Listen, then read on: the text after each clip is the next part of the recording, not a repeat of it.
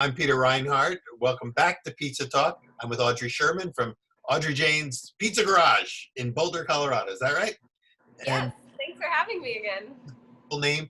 And we had a couple of sessions with you where we talked about the whole evolution of the pizzeria and how you kind of have come to this present moment, how you're pivoting to deal with the COVID thing. But one thing that really kind of stood out was a couple of your signature pizzas. You mentioned one called the patty, right? Is that what you call it, the patty? And Yeah, it's our patty style pizza. so for those who didn't catch that previous episode, and if you didn't, please go ahead and feel free to go back and watch those. But Audrey, could you tell us a little bit about the sort of the name and the idea of what you're trying to do with the patty?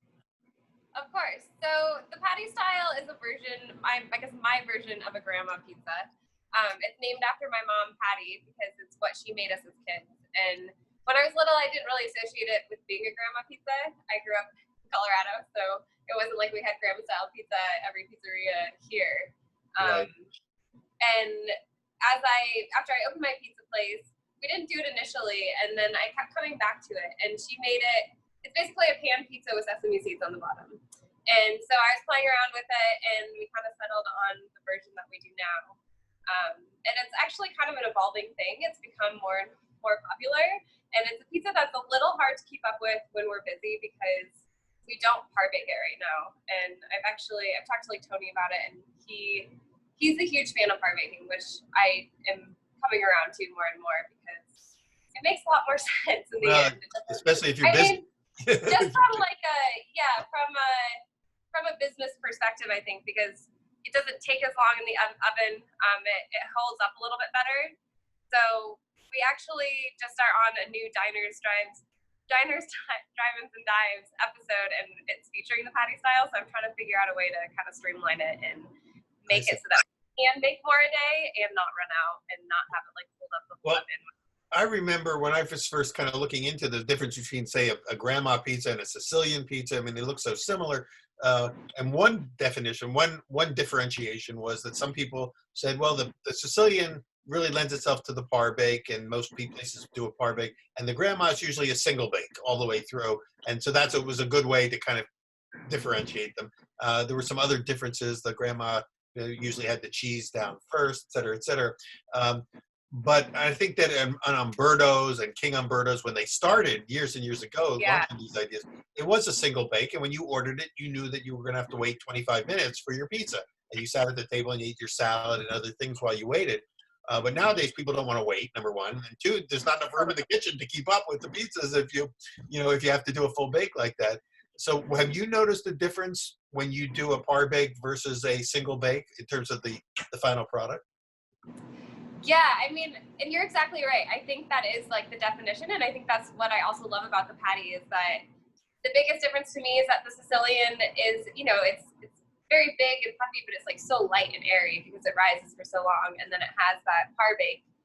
So it's completely cooked all the way through. The patty is a little bit denser, and it's almost like a fried dough because it is a little bit thinner, and there's that oil in the crust. And because it does do that single bake, it's not quite as light and airy, which I love. Like that's one of my favorite styles of pizza. But I've done it, both ways with the par bake, and the par bake actually tastes really good too. It doesn't dry out. The pizza doesn't dry out or get more tough because of the second bake. It is a little bit, but our Sicilians, we rise them overnight and then do the par bake, and I think that, and we saran wrap them, and it kind of like traps in that moisture. Have you talked to Chris Decker at all from Metro? Yeah. Well, we've had Chris on, but he's becoming almost like the Sicilian master now. It's becoming one of his real focal points. But he's amazing. Yeah. So when we were kind of reinventing our Sicilian, I was talking to him, and he gave me a few tips on it, and he actually wraps them and freezes them, and he thinks, maybe not all of them, but he thinks that when it just that moisture content, it actually makes it not dry out that way. So I've been playing around with that a little bit. Maybe the grandmas will just have a stack of them, so we'll never run out. I don't know. Any suggestions? Well, this is what I love about the whole pizza world is that we're always learning something new. Just when you think you got it all figured out, then someone says, no, you can also do this. And, and you go, I hadn't thought of that. But uh, we're still learning how to make it better and better and better after all these years. So Yeah. no, so I don't have a suggestion. I'm trying to learn from all of you guys, from what you've learned because you're on the front lines, you're doing trial and error, and you're getting customer feedback. And usually the customers will tell us whether it works or not. And I don't have that luxury because I'm not running a pizzeria. But you have so much insight and knowledge. I'm still learning from you and all of your books. Well, we're all learning from each other, which is kind of a cool thing, and that's why Pizza Talk exists. But why don't you take us through the patty, because the patty is it's become one of the signature pizzas of Audrey James, right? Of the Pizza Garage. This is one of it stays on the menu. It doesn't rotate in and out. It's a perennial, correct? It is, yeah. It's not a set, there's not set toppings on it. People can put whatever they want on it. So it's just one of our styles of dough. So we do just our traditional thin crust New York, we do our Sicilian, and then we do the patty style. Well, if you don't mind showing us how you do it, we'd love to see one, and we'll try to enjoy it vicariously through the screen. Of course, I would love to show you. All right. Let's get started. Okay, let's do it. All right, so I've been playing around with new pans. So this is a Lloyd pan. We were using Allied for our Sicilians, but I was having a little bit trouble finding them, to be honest. And I really like how the Lloyds cook. It's just this last year I've been experimenting with them, and I've noticed that the dough really fluffs up in them and cooks really nicely. So today we're using a Lloyd pan. Lloyd pans have really made a big, sort of an entree into both the professional and the home pizza community. The nice thing about the Lloyd pans is that home bakers can get them off of Amazon and places like that and buy direct. So it's totally accessible. Yeah, and they're really good pans too. So so the first thing we're gonna do is oil. We use extra virgin olive oil on our pan. We've already made the dough. I think it'd be a little longer than the show show you how we do the dough, but okay. Got a dough ball over here. So rub the oil in. Make sure it's getting all sides of your pan. And we don't do a ton of sesame seeds because you don't want them not to stick to the pie. You don't want to have a ton extra. So it's just a light coating. These are sesame seeds you're putting on now? Those are sesame seeds, yeah. Okay, yeah, and that is one of the kind of what makes our patty style a little different from a traditional grandma. Exactly. That's your unique tweak.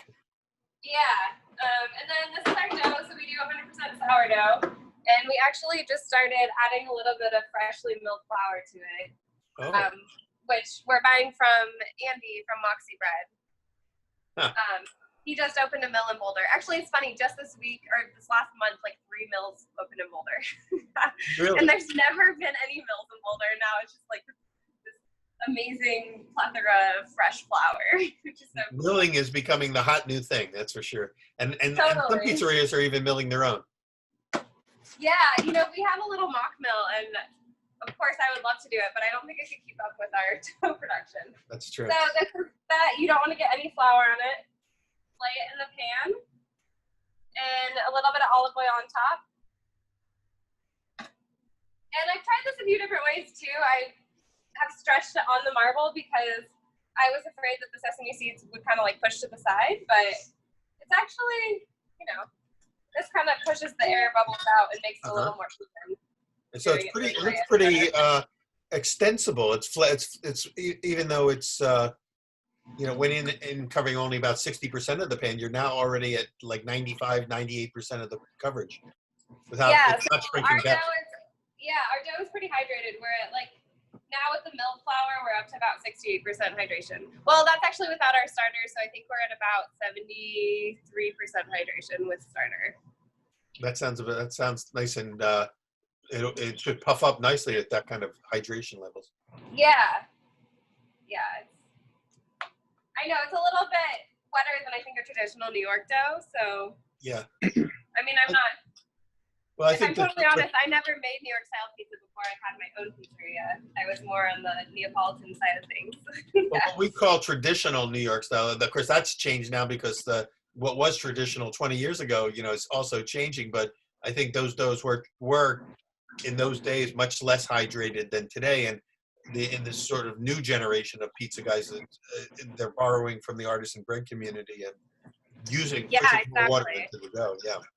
That's so true. And when I started playing around with the milled flour, my brother was like, I like it, but it almost has like a bready flavor texture to it, which is something I really actually enjoy. I like it. But he likes that more traditional, like lighter, crisper dough. Okay, so this is looking pretty good. You don't want to overwork it. That whole idea of pan pizza in my mind is to kind of keep it really light and airy and get those nice bubbles in there. So I think a lot of people, at least in Boulder, kind of misassociate it with being a really heavy pizza, but they don't realize like how long it rises and how it's actually probably more digestible because of the long fermentation. So are you saying this dough is going to rise in the pan before you top it? Yeah, so before we bake it off, I usually let it rise for an hour or two, depending on how warm it is in here. Or if we par bake it, I still let it rise. And I have one rising already, so you guys don't have to wait an hour. Thank God, yeah, because I can't wait that long. This will normally go up on the oven, and this one, well, I didn't get here quite as early as I wanted, but this one you can see it's almost doubled, but this has been up there for about 40 minutes. So nice. So you got your homemade proof box. So this was a par bake. This one I let rise overnight. You can see the sesames on the bottom. You mean it just rose in the pan all night at room temperature? Yes. Wow. And that's how we do our Sicilians too.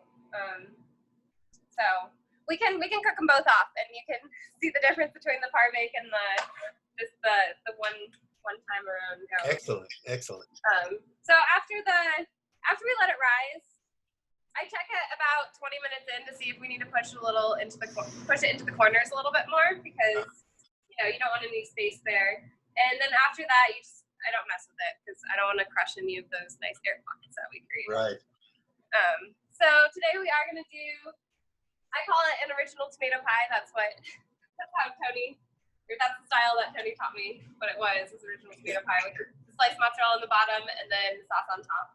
Okay. And the patties I've never made Detroit style pizza, but I know that the cheese kind of goes to the edge, and that's how we do our patties as well, because I really like that kind of cheese crust. It's not a huge cheese crust, it's just enough to get a little bit of crunch on the end. Yeah, exactly. So you do get a little bit of that roll off of the sides. Yeah. It's interesting, when you think about it, the Detroit style is very hot right now, and yet it is. Break it down, they're all so similar to each other. The Detroit pans tend to be a little taller and maybe more cheese. Some people like to put cheese under the crust. They like to put a little Parmesan down on the pan itself and bake that. Oh, okay. Yeah, I mean. Yeah, it's a style that I haven't explored, but I really need to, because there's never enough time. But it's always fun to learn new styles. Once you're open for business, it's like less R&D and more serve the customers. Yeah, right. It's so true. Can you possibly tilt the camera a little bit down so we can see that? There you go. Perfect. So you're basically taking the cheese all the way out, covering fully the dough. Fully. You got it. Yeah. So I'm going to do the same thing on the par bake one.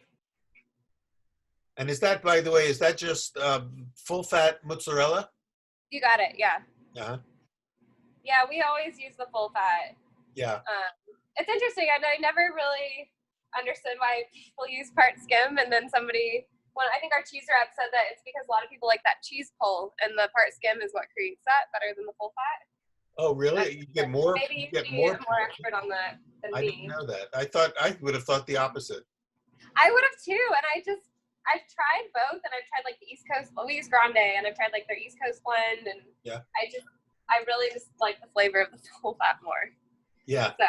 You can't beat the flavor of full fat, for sure. You really can't. Okay. So we're just going to top this. This is a really simple pizza. We're just going to kind of stripe that cheese on top, or the sauce on top, excuse me. Yeah, so, we have a pretty basic tomato sauce. We use crushed tomatoes and a little super dolce. We use Stanislaus.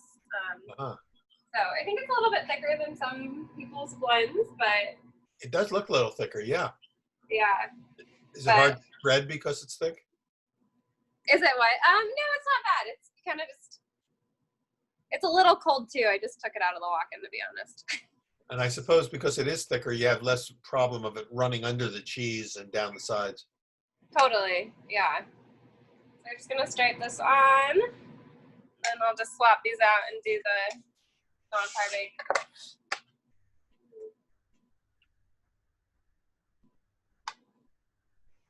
I didn't ask you this, but what is the size, the dimensions of the pan, and what's the weight of the dough? Yeah, so this is a 14 by 14 pan, and the dough is 1.6 pounds. So what is that, like about 1,000 grams? Is that correct? No, 1,000 grams would be 2 pounds. 2 pounds. Oh, okay, so this is like 750 about. Yeah, but Yeah. but said 1.6 pounds of dough. Yes. So that's like about 22 ounces maybe. Okay. Yes. You got it. And that's And then 14 by 14 pan. 14 by 14 pan. Yeah. Okay. And actually, I can show you our Sicilian pan.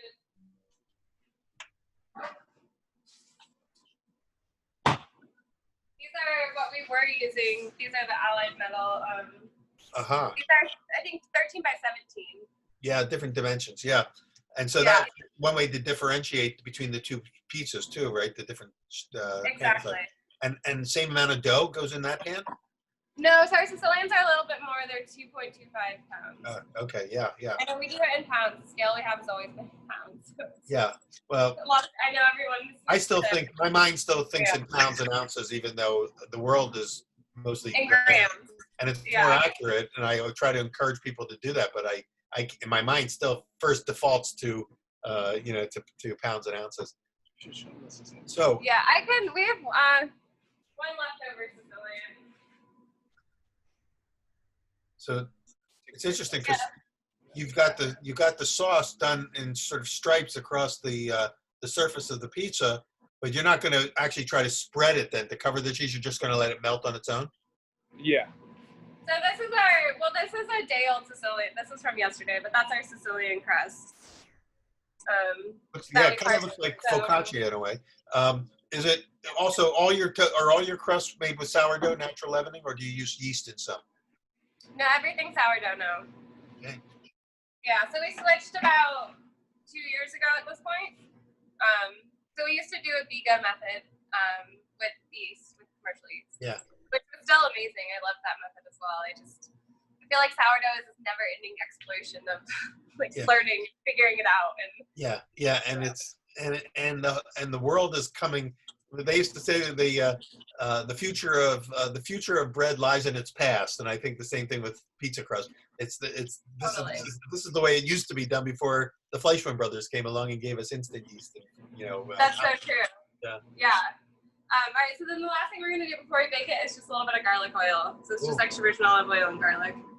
Oh, you can never have too much of that. That's what I think too. Oh, good. We think alike. Never too much garlic. My dad's a huge fan of garlic butter and keeps trying to get me to use it. Exactly. Every year for his birthday, I make him like a compound garlic butter. So this is gonna go in our oven. We're baking it at 575. The top heat's a little bit higher than the bottom, but the bottom's still at 5 and 7. And if somebody wanted pepperoni, would that go on now or later? Yeah, it'd go on now. You want me to throw some on? No, it's up to you. I'm more interested in seeing the technique, but I'm just curious when the toppings go on. Yeah. Yeah, so almost all of our meats minus, like our cured meats like prosciutto go on first. Our sausage is raw, so we just hand pinch it on. Now you've got one is on the par bake and one is on the raw dough. Do they take different amount of time to finish? Yeah, definitely. So the par bake will cook a lot quicker than the raw one. All right, so we'll just wait for those to cook. And we have. What is the usual bake time for the par bake pizza? The par bake, I believe it's around like 10 minutes. So that's still a substantial amount of time, even though it's fully baked. The crust looked like it was even caramelized. It was fully baked, but you got to wait for the cheese and sauce to catch up now. Exactly, yeah. I mean, it might be closer to 8 to 10 minutes. And then how long for the unbaked crust and the full patty? It's about 15 minutes on that. So that's only a few minutes longer then, huh? Yeah, it's not that much longer. But So, but it, a little bit of time helps, and I think it's also just the fact that if you run out of the ones that you're rising, you have to re-push them out in service. We've done it all the different ways. But. So that's what I was going to ask you if currently, especially now that you've been pretty busy with with the curbside and everything else, are you mainly making them on the par bake, or are you still primarily doing them on the unbaked? We're doing them unbaked right now, but just last week and this week I'm trying to figure out, solidify how we're gonna do it. Yeah, I guess at some point. Once the show airs, once the diner show airs, it's gonna be nuts with those. Exactly, yeah. And who knows when that'll air, but it could be. Which is a good thing. It's just trying to keep up, You don't want to be out of things when people drive up for it. Well, how many different pizzas do you typically offer on your menu on any given night? How many I can count right now. We have 12 pizzas. 12 different pizzas, and yeah, and then people can make their own as well.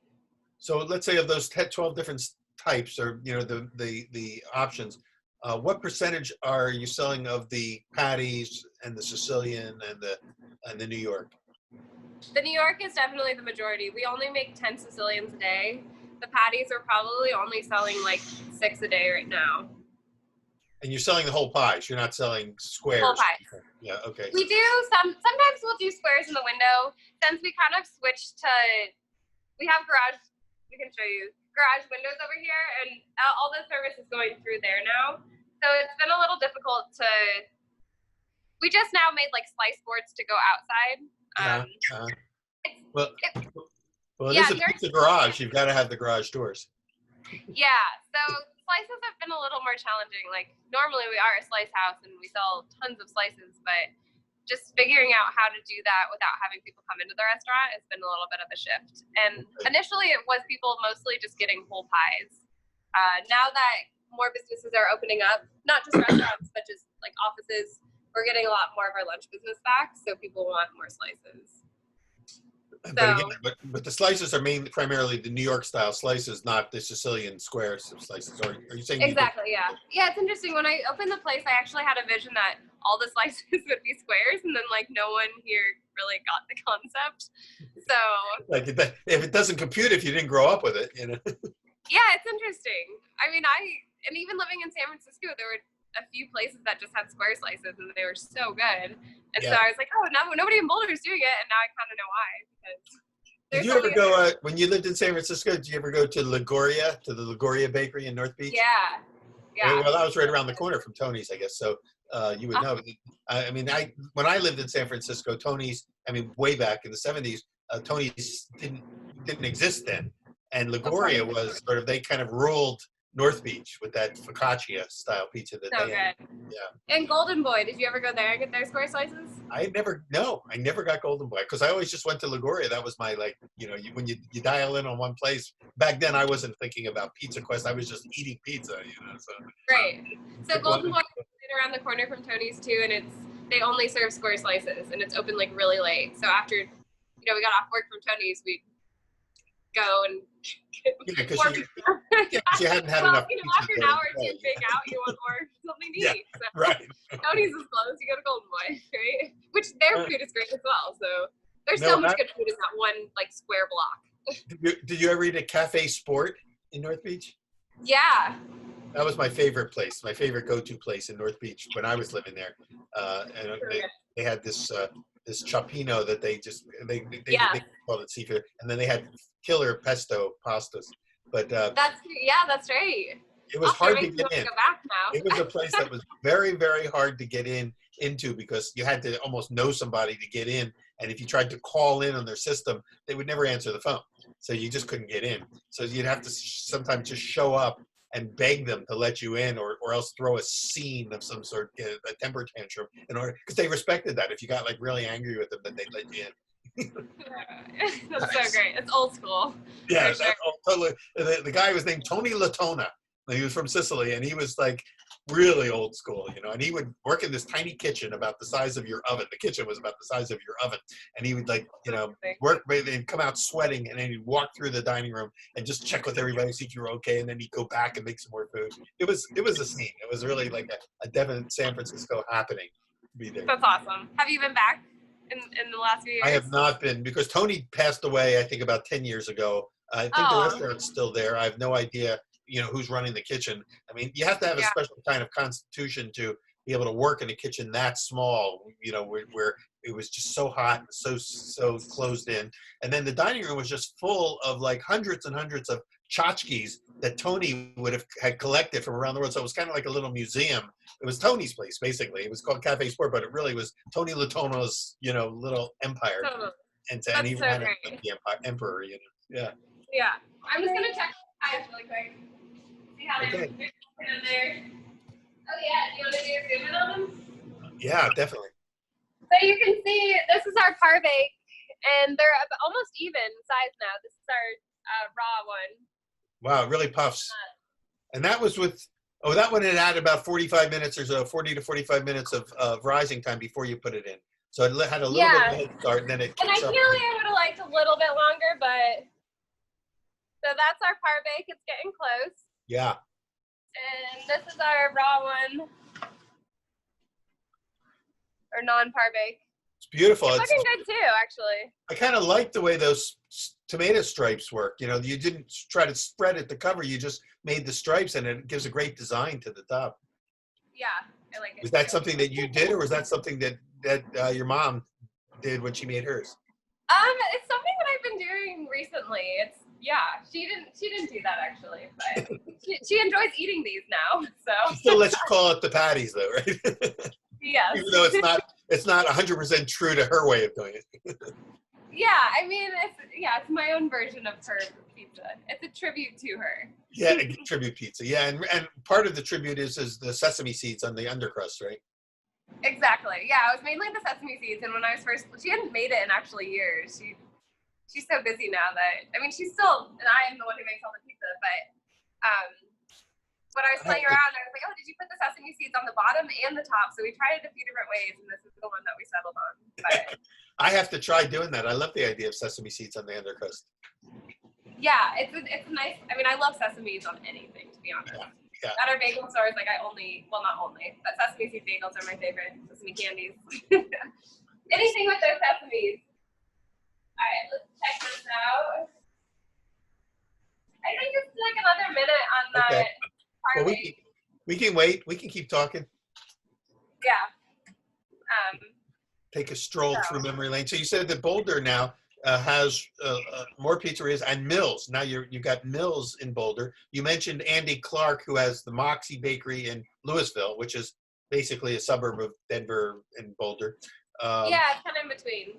And Andy's a friend of mine and phenomenal baker. I think he got nominated for a James Beard Award. I mean, he's come a long way. I knew him when he was the head baker for Whole Foods Bakehouse. Oh, you did? So you guys go way back. Yeah, and he was. They're doing some pretty incredible stuff there. So I haven't been to Moxie Bakery since he opened it, but I understand it's great, and I'm glad to know that you're connected with him because he's the real deal when it comes to breads. Yeah, you'll have to make a trip out here now. Well, believe me, it was on my list of places to go until we got shut down. I know. All right. So this is our par bake. Beautiful. Bring it right over here. Put that out of the way. That's not really a shot. Audrey, do you ever put in addition to the cheese underneath, do you ever put any fresh cheese on top? Fresh cheese, like fresh mozzarella or ricotta or anything, any soft stuff. Yeah, we do ricotta. We do burrata after it comes out of the oven. Burrata? Oh, that sounds nice. Yeah. Yeah, and I went through a phase of learning how to make fresh mozz, but it doesn't, at least in my opinion, it doesn't quite translate on a New York style pizza because it cooks a little bit too long and it kind of breaks down the cheese and loses, for me at least, the whole beauty of fresh mozz is that it's only in the oven for a little bit, so it retains that freshness. Yeah. But I think, actually, since we have the Pizza Master, we're going to start playing around with a little bit hotter temperatures. So normally the grandmas and the Sicilians we bake at 550 to 575, but our New York style we're cooking at about 650. But the oven gets up to like 930, so we need to start exploring that a little bit more. You could make Neapolitan-ish pizzas at that temperature. Exactly. Yeah, there's so many options. So the cheese crust, kind of just got to get that out of the way a little bit. Yeah. And also the beauty of the par bake, I've realized, is normally when we put it in raw, we have to take it out of the pan and then cook it a little bit longer to crisp up the bottom, because any good pizza person knows you need that bottom really crispy, right? Yeah. But this one is it's already there. So you can see it's nice and crispy already, that bottom. And the sesame seeds don't burn when you. No, yeah. So we don't like pre-toast them at all, because they crisp up already on the pan. Yeah. Or they toast when they're in there. It's got great. Yeah. So great. This one's a little bit more structurally sound, I've noticed. I think our par bake or our raw ones actually look good. All right. So that wasn't even 5 more minutes. That was amazing. It'll be interesting to see how close they are on the underside. Right. So, and while you're releasing it from the pan, are there finishing garnishes that you typically use, or no garnishes? It goes out ungarnished. Yeah. So we're gonna add a little bit of fresh or dried oregano and Sicilian dried oregano and some grated parm. Ah, okay. This one's really sticking. And that's going to be our finishers. And I think that the grated parm just adds that little bit extra saltiness and yeah. I don't think you can ever go wrong adding some parm or Romano to the top. But yeah, right. But I'm glad to see that you're saying it's harder to get it out, because that's the problem I have when I do on the unbaked crust, is that it tends to it's like a crapshoot. Sometimes you're worried after all that work that you're not going to be able to get it out of the pan without it like breaking in half or something. Yeah, and it's funny actually with these pans, I think because they're a little bit newer, I've noticed they stick a lot more, whereas the Allied pans, they kind of pop right out. And I don't know if that's just because they're so seasoned at this point. You know, we've had them for almost 5 years. Right. That it really just pops out. But okay, yeah, well, it's a different. Audrey, while you're getting this one out of the pan, we're gonna take a break, and we're gonna reload our. We only get so many minutes on the Zoom, so we're gonna reload and come back with a fresh slate. So I'm gonna let you take this out. We're gonna just take a short break, but we're gonna continue with another round of finishing up and tasting the pizza with Audrey Sherman at that sounds great. the garage. We'll see you guys in a minute. We'll see you all soon. Come on back. Wow. So now we're seeing both pizzas. We've got the par bake and the unpar bake, the raw dough. And do you need to pop them back in? Did you say? She's grabbing a peel. 1 sec. Okay. Yeah. So the par bake, we're just gonna throw back in for like 30 seconds just to cook that bottom a little bit more. Okay. But it's almost done. Pretty close. Do you typically? We'll show you once it gets closer. One of the things I do like about the raw one is that the cheese crust I feel like all the flavors kind of melt together a little bit better than when you do the par bake, but par bake is pretty close. It's a little more structural and sound. The one that's sitting there now, that's the one that was on the raw dough, right? No, so this is the par bake. Oh, the par. So the one that went back in was the raw bake. Oh yes, did I misstate that? Yeah, that so in other words, it needs just a little bit more direct caramelization on the bottom. Exactly, yeah, because the bottom doesn't cook quite enough, and you want that. That's one of the challenges with the raw dough. At least you're able to get it out of the pan. That's the key. We finally got it out of the pan. Yeah.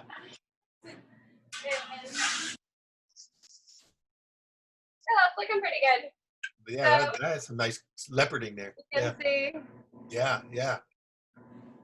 And you can see like cheese crust. That's what I like about the raw dough is the cheese like really it's very cohesive with the dough. Yeah, it's really just beautifully. I like the. I just am taken by the contrast by using this sauce that way. The thicker sauce in stripes, you get a visual contrast between the cheese and the sauce that you don't typically get if you just spread the sauce over everything. Yeah, and we do it both ways. Like our Sicilians, we normally kind of sauce the whole thing. Uh, So this is just a little bit of grated Parmesan. okay. Sprinkle on. Yeah. Obviously, if we were making this for a customer, I would be wearing gloves, but Yeah. you know. This is some just like Sicilian oregano, and do a little bit on top. Nice. Nice. And then just some fresh basil. And just let it wilt on the hot pizza. yeah, exactly. And it's just a really simple pie, but it's actually one of my favorites. So, how much does one of these patty pies cost? So yeah, an original tomato pie is going to be $21, or no, $22 for like this pie would be $22 here. And then if they want pepperoni or something else, then you just add per topping. Exactly. Yeah, we do like $2 a topping. And Well, the hand pinch sausage is actually my favorite on these styles. It's really good. That sounds pretty good. And is that sausage that you make or you buy? We make the sausage in house. Yeah, and I think it's because we pinch it on raw, like some of the juices blend with everything. Yeah. So should we cut these and do a little comparison of the structure? Absolutely.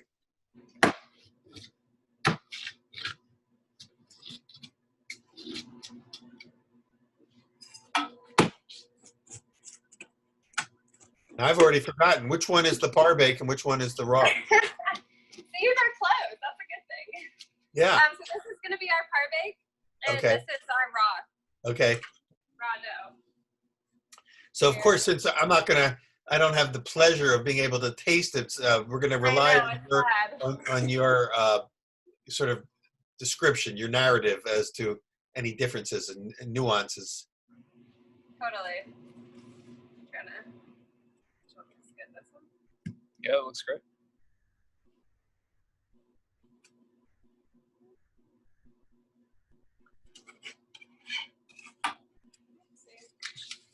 Yeah, so you can see this is the par bake, and it has some nice structure in the middle. Yeah, yeah. It's still thin because it's, that's in my opinion, at least a grandma should be a little bit thinner than a Sicilian. Yeah, but it has a really nice, some nice aeration in there. Yeah. Yeah, and then let's see that non-par bake. This one's going to be a little bit denser. Now, if you had let it go instead of 40 minutes, if you had let it rise for an hour or an hour and a half, would it be a little more like the par bake? A little airier. Yeah, it would be a little closer, but it's still got a nice, yeah. Yeah. They're not as different as you would think, I think, is the idea there. I'll bet if you had like a focus group in there of 30 customers and you did a blind tasting, you'd probably get a 50-50 split as to which one would win. Right? Yeah, so that's the par bake. I don't know if it's easier if I just hold it up. Yeah. Well, that one had the benefit of baking without toppings on it, so it didn't get weighed down by the sauce. Exactly. Yeah, totally. That is exactly it. It's well stated. Yeah. That's kind of good, crumb. But you can see that the raw one is a little bit denser, which Yeah. actually I like. I know everyone's all about that like super crispy pizza, but I kind of like the. Well, that one reminds me more of what I had when I ate at Umberto's was the denser. You know, it was tighter, not denser, but tighter holes. You know, so it didn't seem as airy as the. Did you say at King Umberto's? No, I ate it at the original Umberto's. There's like Umberto's and King Umberto's. So I never have been to King Umberto's. I only ate at Umberto's, and and of course they have a big battle over who invented it, who claims bragging rights for the title. I think it's a family spat that they have to resolve between themselves. You know? We're gonna talk to some folks from King Umberto's and try to get the real story. We'll have that in a future episode. Yeah, it's interesting, like, because I've talked to a few different people about their grandmas, and we've tried them at a bunch of different places, and they're all very different. Like we were at Humberto's last summer and had their grandma. Completely different than anything I've ever had, and it was amazing. It was like you know, one of the best grandmas I've had, but it was such a different style than other ones. Yeah, yeah. Well, I think that they are different from even from each other. Just like you know, if you go to New Haven and you go to you know Frank Pepe's or Sally's, they're a block apart, and they both have fanatical followings, and they both you know have long histories, and you know you just kind of have to pick and choose which. You know, if you live in New Haven, you have to choose between them. If you're like me and you're coming in from out of town, you can be unbiased and you can say I love them both. Totally. But I think that's like one of the beauty of having a pizzeria is like you're putting out your food like what you want to cook, you know. I don't really like labeling things like as a traditional style because I don't make it traditionally, you know, I make it how I want to make it. So this is why it's more of a patty style than a grandma to me at least. Yeah, and I like the fact that it's really a tribute, and really all pizzas are in a sense a tribute to some inspiration. I mean, whether it's Neapolitan or neo-Neapolitan or whatever. And look, we all have every grandma is different, right? If two different grandmas made a pizza, they were going to come out differently from each other. So why should every pizzeria have the same exact pizza? Yeah, no, I agree, and that's you don't want every pizzeria to have the same because that would just be boring. Yeah, but then what's the point? Yeah. So, have you taken a bite of either? Or are you in a bite? I mean, my husband's back here. Yeah. Why don't we? Can we get your husband on camera? Can we introduce him? Should we get his opinion? Yeah. Can you get him on camera? We want to meet him. Let's get. What do you think, babe? I'll munch on mine while you're talking to him. This is so which one are you eating right now? One bite. Everybody knows the rules. It's delicious. It's amazing. I love this style. The cheese on the edge. It's great. Yeah, yeah. I mean, can you tell the difference between the par bake and the unbaked version? I can. So this is the unbaked version, and it's just like really light and airy. I mean, they're both light and airy. I like the raw. The par baked's really good too. I would. My tendency is to think that, and my experience has been, although I've been proven wrong, but by tasting some of the pies that Jeff Smokovich has made at Pizza Expo, where he does a par bake, and he retains that creamy texture that you usually only get with a single bake. But he pulled it off, and I think more and more people are learning how to do that. But I find that the baking it on the single bake, unbaked, that you get a creamier texture. You know, when you bite into it, you still get the snap, but that's a good way of describing it. Yeah, but it's but they're both equally good. The main thing, the only sin is if it's dry, if it tastes dry and cardboardy, which you know neither of these are doing. So as long as you've still got some moisture in there and a good full bake, then you're going to get a great pie. I agree, and I think it's that little bit higher hydration and also letting it rise. Like I think. Really knowing the fermentation process makes it not dry out. Yeah. Well, you're getting to have all the fun right now. I wish I could be there. I wish you guys were here. I would love to be biting into one of those, but I think that as soon as we sign off, I'm going to have to run into my kitchen and just pull some dough out and make some pizza now because I'm really getting hungry.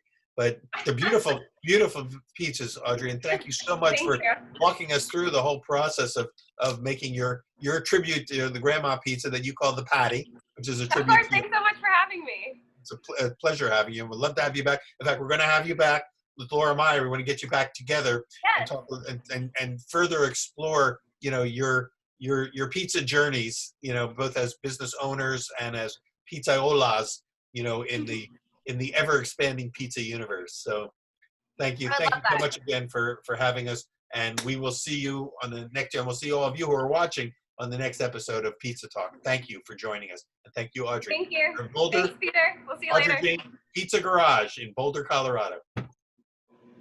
And thanks, Dave, for being the cameraman.